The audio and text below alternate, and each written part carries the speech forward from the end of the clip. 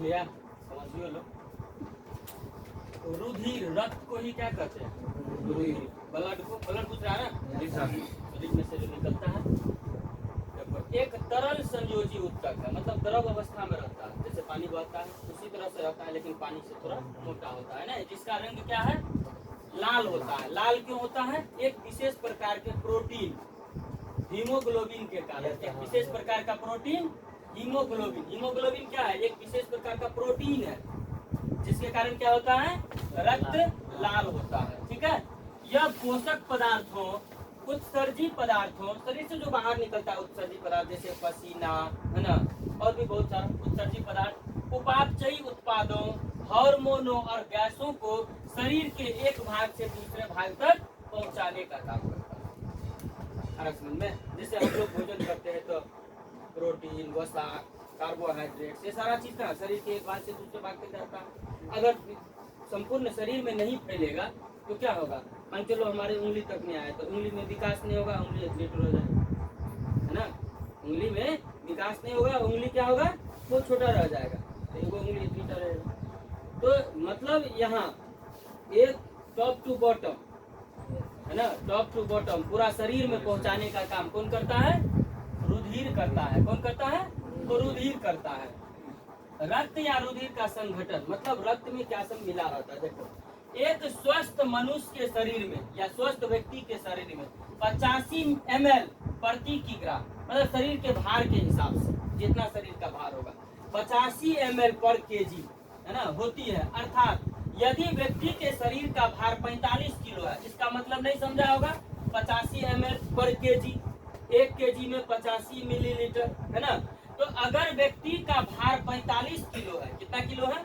45 kilo है, तो शरीर में कुल 45 गुना 50, 45 गुना 50, मतलब 85 ml प्रति केजी। 1 ml मतलब 85 ml प्रति केजी। 1 केजी में 45 ml, 85 ml, सॉरी, 1 केजी में कितना? 85 ml क्या होता है? रक्त होता है। देखो, तो पूरे शरीर में यदि व्यक्ति 45 किलो का है तो शरीर में कितना लीटर खून होना चाहिए?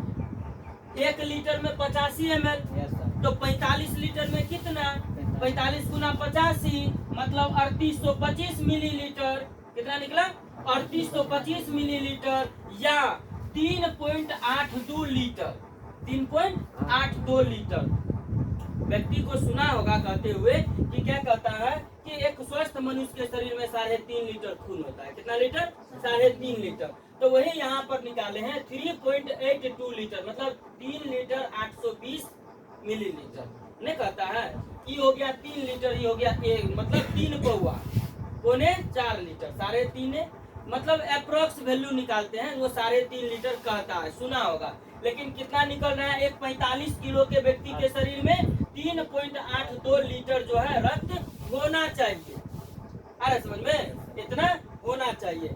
रक्त एक क्षारीय पदार्थ है। क्षारीय मतलब नमकीन, क्षारीय मतलब नमकीन। रक्त को मुंह मिलेगा तो नमकीन लगेगा।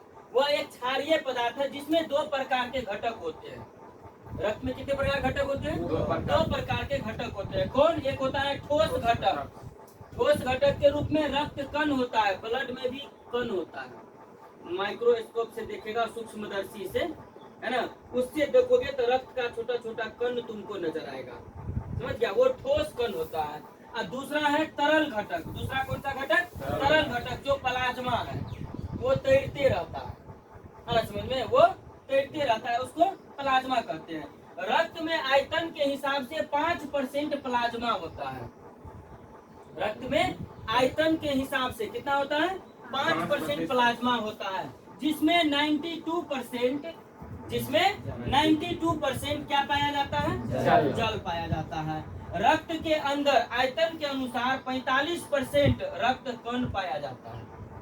रक्त के अंदर आयतन के हिसाब से कितना? 45% रक्त कण पाया जाता है। समझ गया? रक्त कितने प्रकार के होते हैं?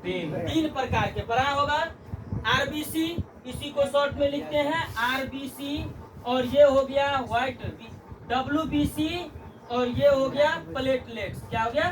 प्लेटलेट्स। प्लेटलेट्स समझ में? रक्त कितने प्रकार के होते हैं? 3 प्रकार के होते हैं। कौन कौन? लाल रक्त कण, श्वेत रक्त कण और प्लेटलेट्स। पहला कौन है? आरबीसी, दूसरा डब्ल्यूबीसी और तीसरा प्लेटलेट्स। ये रक्त के 3 प्रकार होते हैं। समझ में? रक्त कितने प्रकार के होते हैं? 3 प्रकार के होते हैं, आरबीसी, डब्ल्यूबीसी और प्लेटलेट्स। अब इसके बारे में हम लोग तीनों के बारे में बारी बारी से अध्ययन करेंगे। चलो इसको फास्ट में नोट कर लो, फास्ट में लिखो।